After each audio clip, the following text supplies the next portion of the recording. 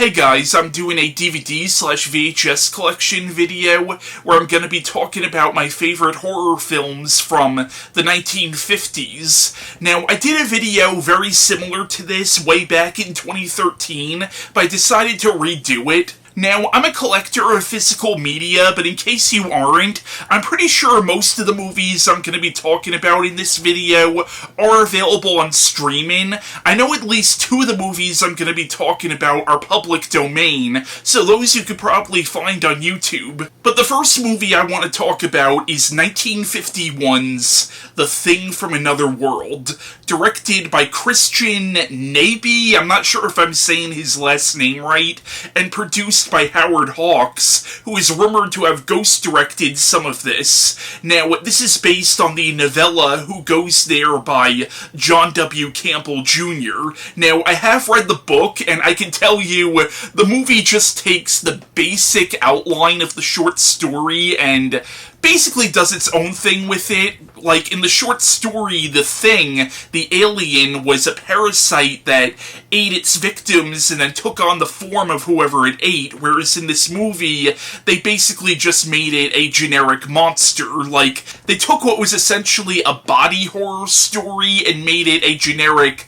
monster on the loose story. That being said, The Thing is still a classic in its own right. Now, if you look at when this movie came out, you could definitely see a lot of Cold War allegories in the film. Now, it's interesting that this came out the same year as Robert Wise's The Day the Earth Stood Still. Now, I do think Day the Earth Stood Still is a better film. I don't consider that a horror movie, which is why I'm not talking about it in this video, but I do think it's a better film. But if you look at both movies, they're both basically Cold War parables, but whereas Day the Earth Stood Still is all about, like, global cooperation and about how man needs to abandon his warlike ways and listen to the other side. Basically, the message of The Thing from Another World is shoot first, ask questions later, because they make the one character in the movie who does try to communicate with the alien, they make him the secondary antagonist. Like, compared to Day the Earth Stood Still, The Thing from Another World definitely seems to have a much more right-leaning agenda. So in a lot of ways, I would almost call this the anti-The Day the Earth Stood Still. But this is a classic sci-fi horror film. Now, of course, this was remade by John Carpenter 2 decades later. Now, I do think the Carpenter version is a better film. It also follows the book a lot more closely than this does. That being said, this is still a great movie in its own right, and I would definitely recommend The Thing from Another World if you haven't seen it yet. Next up is 1953's House of Wax. Now, Vincent Price did do some genre stuff prior to this, but this is the movie that really made him a horror icon. The movie also has a very early appearance from Charles Bronson. I think this might have been Charles Bronson's first movie, but I'm not sure. Basically, this is about this wax sculptor whose business partner tries to burn down their wax museum for the insurance money. He tries to stop him, but gets burnt in the process, and his partner just leaves him for dead. So he goes to get revenge and just goes crazy and starts killing people and then hiding their bodies inside the wax statues. Now, this is actually a remake of a movie from the 30s called Mystery of the Wax Museum, which is also included on this DVD, but honestly, the plot is also very Phantom of the Opera. Now, what's cool about this is almost a proto-slasher film in a way, and there's some things in this movie that I could see being considered kinda risque for the time. Like, there's some implied nudity involving the main female protagonist towards the end of the film, and honestly, the makeup for Vincent Price's character, when you see him with the burnt face, honestly, even by today's standards, is kind of horrific looking. So yeah, if you haven't seen House of Wax, definitely check it out. The next movie I want to talk about is The War of the Worlds from 1953, which I know some people might argue is not a horror film. I at least consider this to be horror adjacent. but arguably it's more straight sci-fi than horror. Now this of course is based on the classic H.G. Wells novel of the same name, which basically set the template for all alien invasion stories. Now I know this story's been adapted several times. You had the Orson Welles radio broadcast, and then you had the Steven Spielberg version from 2005. I know there's been a few made-for-TV versions, but honestly, the George Pal version of War of the Worlds, I think is the best. The film is beautifully made, and honestly, compared to a lot of movies from the time, the special effects are honestly pretty impressive. I actually think this was nominated for a few Oscars, but yeah, The War of the Worlds is a classic film. If you haven't seen it, definitely check it out. The next movie I want to talk about is, of course, a movie I've spoken about ad nauseum, and that's the original Godzilla from 1954, also known as Gojira. Now, I have both the Classic Media DVD that was released in 2006, and I have the Criterion Blu-ray, which was released in 2012. But there's not much else I can say about this movie that I haven't already said. It's my favorite film of all time, not just my favorite horror film, and not just my favorite science fiction film or monster film, it's my favorite film of any genre. Now, of course, this kicked off an entire franchise that eventually became very goofy after a while, but the original Godzilla is a very serious film and almost plays out more like a drama that just happens to feature a giant monster as the main antagonist, and it's also a very political film too. It uses the concept of atomic radiation creating a monster to actually make a political statement about the usage of atomic weapons. And remember, this is a movie made by a country that knows firsthand the horrors of nuclear war, and this came out less than 10 years after Hiroshima, so I'm sure this film struck a real chord with Japanese audiences at the time. But yeah, if you haven't seen the original Godzilla, you owe it to yourself to check this movie out.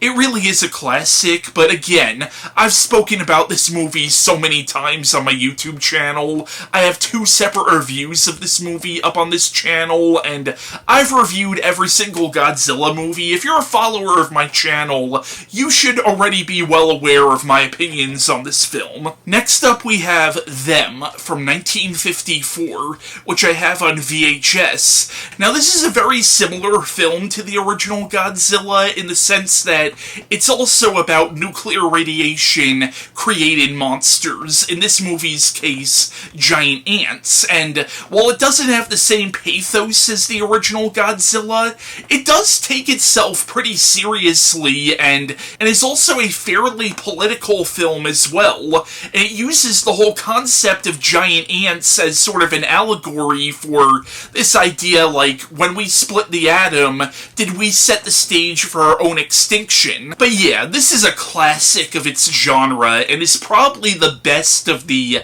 American giant monster films, and is definitely one of the best giant bug movies out there. Next up is another movie from 1954, and that's Creature from the Black Lagoon, which I have both on VHS and on DVD. But yeah, Creature from the Black Lagoon is such a classic monster movie, directed by Jack Arnold, who directed a lot of these B-movies for Universal, but what I think is really interesting about Creature from the Black Lagoon is it occupies the same space as other monster movies from the time period, like Godzilla or Them or Tarantula, but it also occupies the same space as the classic Universal monster films from the 30s and 40s, like Frankenstein, Dracula, the Wolfman, or the Mummy. Like, it kinda occupies both worlds in a way. But it's such a fun movie. The characters are really likable, the plot is very briskly paced, and the creature itself, the Gill Man, is one of the best monster designs ever committed to film. The next movie I want to talk about is Tarantula from 1955, which was also directed by Jack Arnold. Now, I'm not going to claim this is necessarily as good as movies like Them or Godzilla or even Creature from the Black Lagoon, but it's a movie I've always enjoyed ever since I was a little kid. I've always had a thing for these 50s giant bug movies, and again, the movie's not necessarily a groundbreaking film. It's just a really fun and solid giant bug movie, and sometimes that's all a movie needs to be. Basically, this is about a scientist who is fucking around with a growth serum, and, when he injects it into animals, it causes them to grow to enormous sizes, but when he tests it on humans, it causes them to become hideously deformed, and one of his human test subjects goes crazy and attacks him and injects him with the formula. But during the scuffle, a tarantula is broken out of its cage, and this tarantula was injected with the serum, so it's growing and growing, so it's kind of cool. It's kind of like part body horror and part giant bug movie, where you follow this scientist who is becoming more and more disfigured as the movie goes on, and then you follow this giant spider that is terrorizing this small town. But again, it's a really fun movie. It also has John Agar, who was in a lot of these B-movies in the 1950s, and it also has a very early appearance from Clint Eastwood. He plays a jet pilot in the scene where the military is trying to take the tarantula out. You can barely see his face, but yeah, Clint Eastwood is actually in this. The next movie I want to talk about is the Quatermass Experiment from 1955. This was also released under the title The Creepin' Unknown. Now, this is based on the BBC serial of the same name, which was written by Nigel Neal. Now, both this and the BBC serial introduced the character of Bernard Quatermass, who has gone on to become a pretty iconic character in England. Basically, in this movie, you have this scientist named Bernard Quatermass who sends these 3 astronauts into space, but when they come back, only one is still alive, and he has this weird alien fungus growing on his arm, and the fungus is spreading, and throughout the movie, the astronaut is starting to turn into some kind of a monster. But it's a really good movie. It's actually produced by Hammer, but this is before Hammer would become really well known for their gothic horror films. Next up, we have the sequel to the Quatermass Experiment, Quatermass 2, which was also released under the title Enemy from Space. Now, this is also based on a BBC serial written by Nigel Neal. Basically, this follows the character of Bernard Quatermass, who has to stop an alien conspiracy where basically aliens have taken over people's bodies and they sort of infiltrated the government. It's very much sort of an invasion of the body snatchers / X-Files kind of scenario, even though this obviously came out decades before the X-Files. It's kind of similar to that, but I really enjoyed this one. I actually think it's better than the first one. And speaking of invasion of the body snatchers, the next movie I want to talk about is the original Invasion of the Body Snatchers from 1956, which was directed by Don Siegel, who would go on to direct Dirty Harry, and is based on the Jack Finley novel, which in and of itself was kind of a knockoff of the Robert Heinlein novel, The Puppet Masters, and as I said, Quatermass 2 also has a very similar premise. Basically, in this movie, you have a small coastal community in California that is basically taken over by these aliens that kill the residents and take on the form of whoever they kill. And that's the real horror of this movie, is just the paranoia, where the main character doesn't know who he can trust, and he doesn't know who's an alien and who isn't an alien, and also the fear of this spreading to other towns and potentially the entire world. Now, being that this came out in the 50s, which was really the beginning of the Cold War, and this also came out at the height of the McCarthy era in America. A lot of critics have read into this being sort of an allegory for the fear of communism or the fear of a Soviet invasion. But yeah, it's a classic. Now, this was remade in the 70s, and I do think the 70s version is better, but the original Invasion of the Body Snatchers, it's an amazing sci-fi horror film, and I cannot recommend it enough. The next movie I want to talk about is Rodan from 1956, which I have on the same DVD as War of the Gargantuas. Now, Rodan was directed by Ishiro Honda, who also directed the original Godzilla, and the titular character from this movie would later show up in some of the Godzilla sequels, sort of retroactively setting this in the same universe as Godzilla, even though, I'll be honest, the continuity between this movie and the later Godzilla films is loose, to say the least. Really, the first Rodan movie was meant to be a standalone film. But I love Rodan. It's not nearly as good as Gojira, but it is a really solid early kaiju film from Toho, and what I like about it is it doesn't start off as your typical kaiju film. It actually starts off as kind of a murder mystery where it's set in this mining community and these miners are disappearing and then they find their bodies horribly mutilated and at first they think it's a serial killer or something, but then we learn that the murders are actually being committed by giant bugs within the mine. But soon we learn that the bugs are not what we need to be afraid of. It turns out these giant bugs are just food for a giant pterodactyl-like creature called Rodan, and then another Rodan shows up. A lot of people forget that there actually are two Rodans in this movie. But yeah, Rodan is a really good one. Not as good as the original Godzilla, but still a really solid giant monster film. The next movie I want to talk about is The Bad Seed from 1956. One of the few truly reality-based horror films that I'll be talking about in this video. But The Bad Seed is a fantastic movie and was so ahead of its time because the main antagonist of this movie is a sociopathic little girl.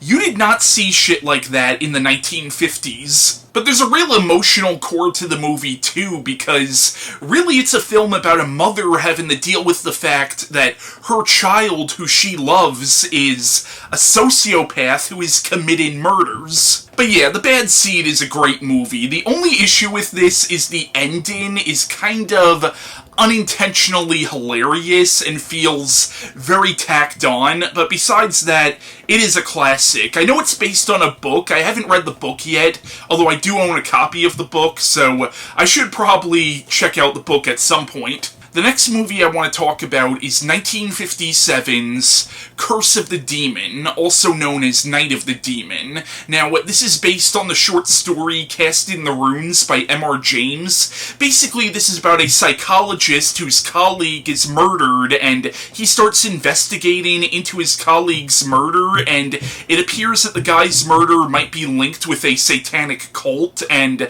there's sort of this Aleister Crowley-like figure who may or may not have actually summoned a demon to go after his friend, and now he summons the same demon to go after him. Now, the director of this movie initially intended this to be a purely psychological horror film, where you are never quite sure if there really was a demon or not, but the producers, without the director's permission, added these scenes of a giant demon puppet, which looks really silly, but at the same time, as a monster movie fan, I do kind of appreciate it, and even though it's not what the director intended, this really does feel like the perfect bridge between a monster movie and a psychological horror film. The next movie I want to talk about is The Deadly Mantis from 1957, another one of my favorite giant bug movies, and honestly, the mantis in this movie, like the effects they use, I'm not gonna lie, actually looked pretty impressive for the time.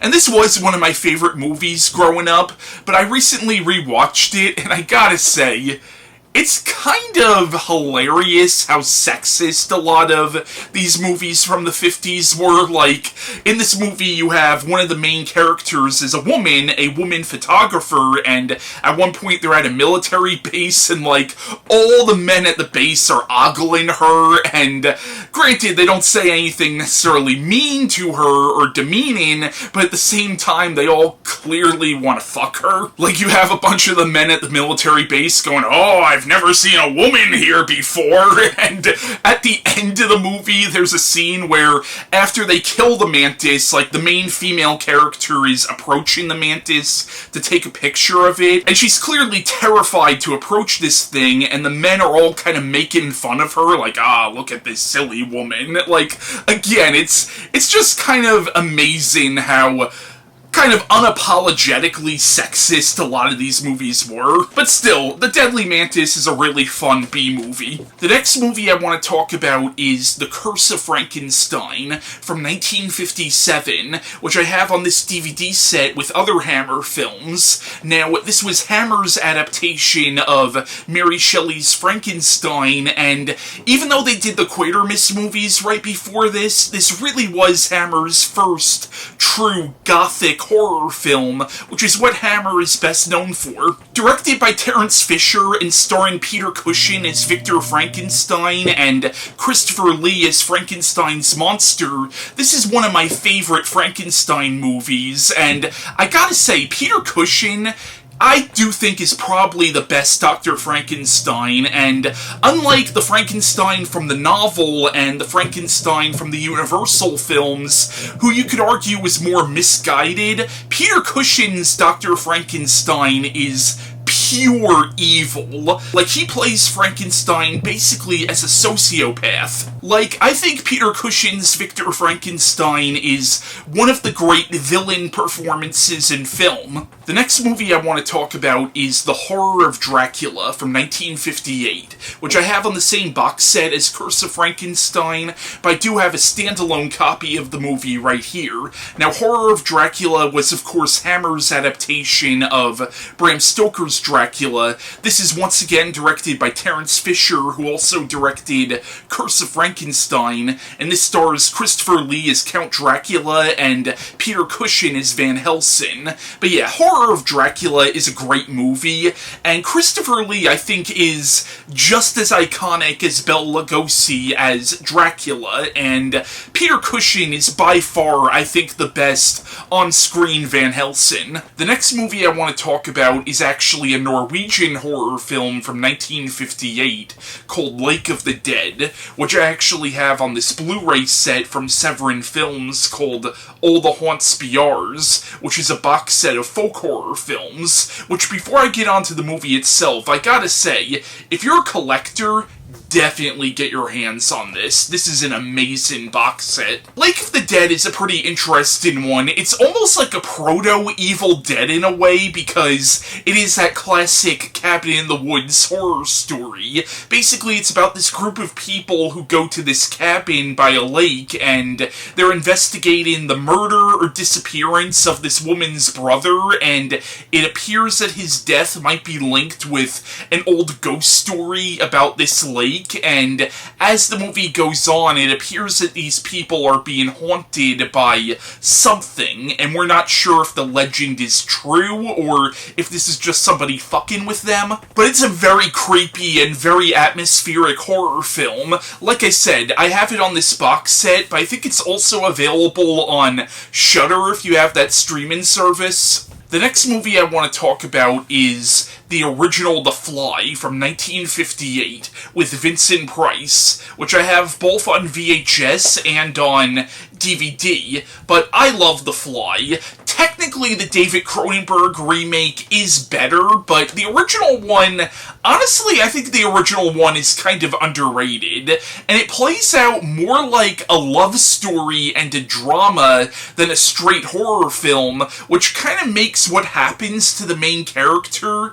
all the more tragic and all the more horrifying. And I know people make fun of the help me scene, but I'll be honest, if you actually think about that scene and think about the implications of that scene, That scene is creepy as shit when you actually stop to think about it. But yeah, the original The Fly is a fantastic movie. Check this out if you haven't seen it. The next movie I want to talk about is The Blob from 1958, which I have the Criterion Blu-ray, but I also have the movie on VHS. I had this tape since I was a little kid. Unfortunately, the case is long gone. Now, because I grew up watching the movie on this beat-up old VHS, I used to say I didn't really want to get the Blu-ray because I wasn't sure if I really would be into a cleaned up version because I was so used to, again, watching the movie on tape, but honestly, the movie looks great on Blu-ray, and this is also a great release of the film. It also has 2 audio commentaries, but yeah, I love the original The Blob. I think it's a really fun movie, and the film's actually quite funny too. But yeah, if you haven't seen The Blob, I highly recommend it. It also has Steve McQueen in it, which is kind of hilarious because his character is supposed to be a teenager, yet I think he was like 28 when they shot this, and I'll be honest, he looks even older. Honestly, all the teenage characters in this movie are clearly played by adult actors, which, again, there are some movies that can get away with that, but in this it's pretty obvious, but regardless, it's still a great movie. The next movie I want to talk about is House on Haunted Hill from 1958. This was directed by legendary horror director William Castle, who also directed stuff like 13 Ghosts and The Tingler, and he actually would go on to produce Rosemary's Baby. Basically, this is about a millionaire played by Vincent Price who invites these 5 strangers to this supposedly haunted mansion, and whoever can make it through the night will get $10,000, but as the night goes on, the guests start experiencing things, and people end up dying. It's a really fun horror film. It's very tongue-in-cheek, and the twist is actually pretty clever, I think. And while Vincent Price is, of course, great in this movie, the actor who really does steal this movie is Alicia Cook Jr., who, in my opinion, was a criminally underrated character actor. He would go on to be in stuff like Messiah of Evil and Salem's Lot. But yeah, if you haven't already, definitely check out the original House on Haunted Hill. It's public domain, so you could probably watch it on YouTube, and actually, because this is public domain, I probably own like 10 different copies of this movie because I have it on a lot of those public domain box sets from Mill Creek and Brentwood and places like that. And the last movie I want to talk about is Roger Corman's A Bucket of Blood from 1959, which I have on this box set called Chilling Classics, which is one of those Mill Creek 50 movie packs. But A Bucket of Blood I actually think is really underrated. Basically, it's about this guy who works at a coffee shop where you have a bunch of these poets who come in, or like artists and stuff, and he's kind of jealous of them. But what happens is he accidentally kills his landlady's cat and then covers the cat's body in clay and passes this off as a clay sculpture. Later on, he's accused of drug possession, and in a panic, he